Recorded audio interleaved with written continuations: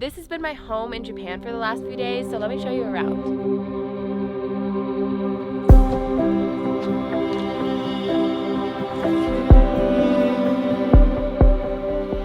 When you walk in, you have to take your shoes off. They made sure to tell us we had to do this, and it's pretty typical here in Japan. This is the kitchen. We have a sink right here and a microwave down below, but you can only use this microwave when you're connected to shore power. And there actually isn't a stove in this van, so we bought a bunch of camping gear and we've been using that to cook outside. There's a lot of storage here on the right side of the kitchen and this countertop that pops up for extra counter space.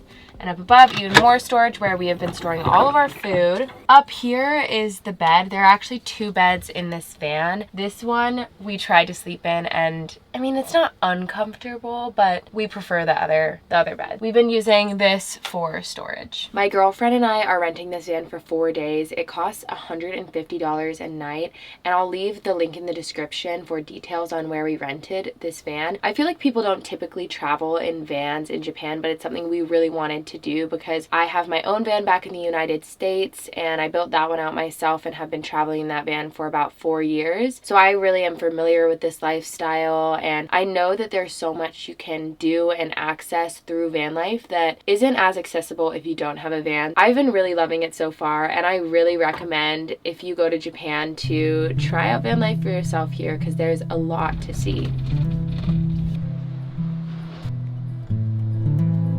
We just came across these beautiful red bridges that Japan is known for, and we came across a sign that said this is the way to the Kiyata Inari Shrine. Now moving on to the restroom, I really love this door. I haven't seen one like this. Unfortunately, we can't use this toilet though, so we've been going outside. We just pee outside like you would if you were camping, and to go number 2, we bring a little shovel, dig a hole, go in there, put a rock on top. I'm pretty familiar with going to the restroom that way because in my van back in the United States, I didn't have a toilet for 2 years. Thankfully, I have gotten a Nature's Head composting toilet since then, and you'd actually be surprised. Like, you really do need a toilet. I would highly recommend getting a toilet if you're getting a van because it was really hard with that one. Oh my gosh!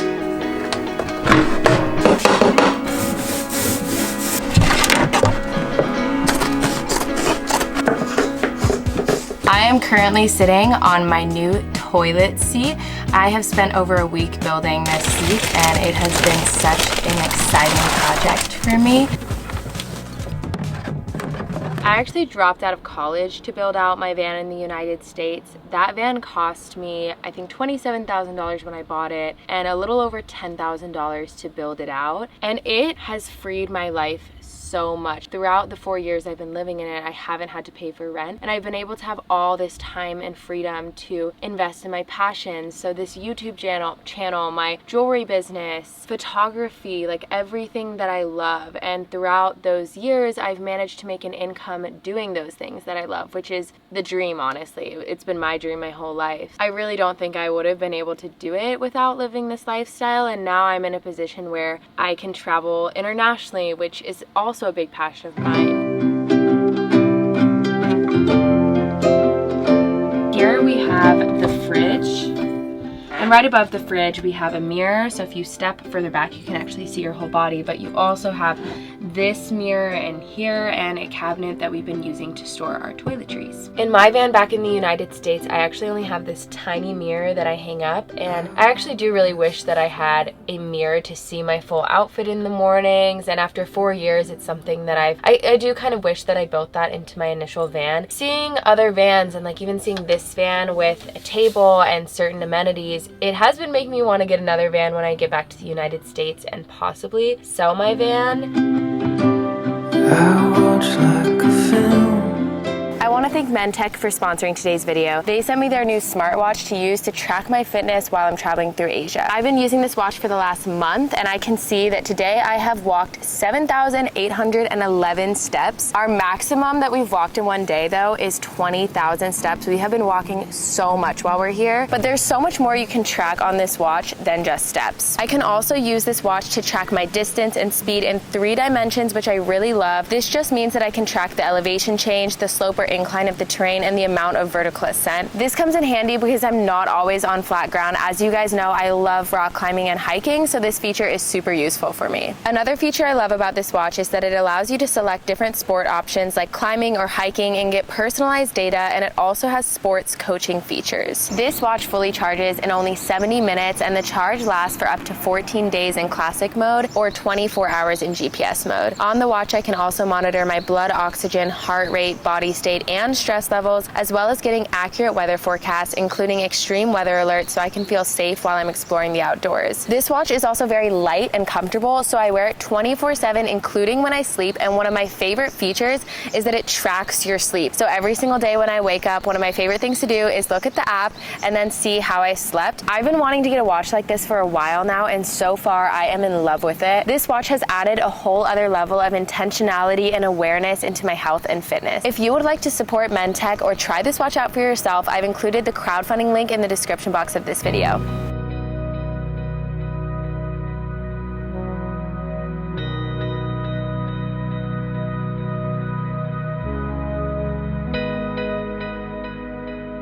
So this van thankfully does have a table, and it has been so nice to work in. I feel like having different spaces to do different things really helps with my mind, versus my van, I only have a bed. So I'm working in my bed and doing everything in my bed, eating in my bed. This table actually pivots up and down, and it doesn't make as much sense here with the table, but it does make sense when it's in bed mode.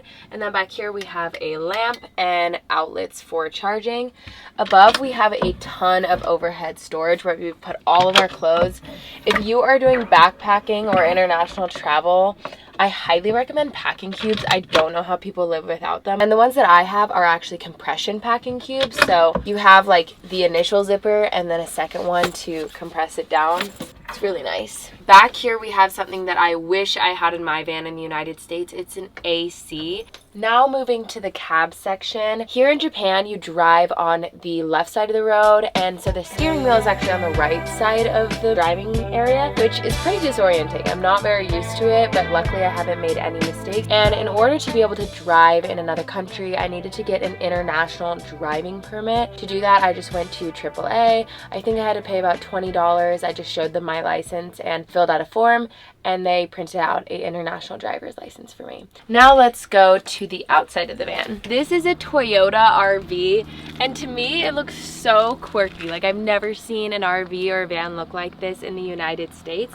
Coming around the back, we have a ladder that you could actually move up and down, so you can make it more compact and latch it off like this.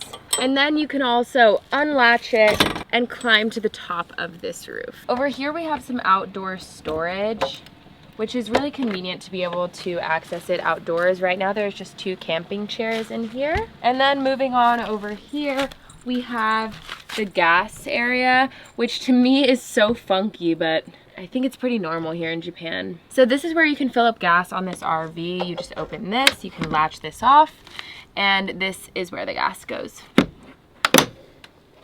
Front of this Toyota RV is very flat, which is actually really nice for driving, and they have this additional mirror so that when you're driving you can see the front of this vehicle and see if how close you are to hitting something. So I really like that actually. I wish I had that in my van. We're actually in the beginning of a 4-month-long trip throughout Asia that is beginning in Japan. So far we have explored Osaka in the city, and we've met some friends and done karaoke and eaten really good vegan food. We just found a karaoke bar, so we're gonna sing karaoke together. We got some drinks, we have some sake coming. I'm so excited. And our friend Calvin's coming, who we just met today, but we love him. We also went to Okinawa, which are some islands down south, and a really remote little island called Tokashiki, which we explored for a few days, which was just magical. And coming up soon, we're doing a group trip in Bali, so we're traveling with a bunch of you guys.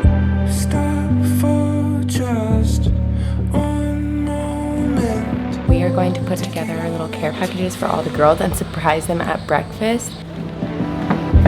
Floods rising, catching my attention.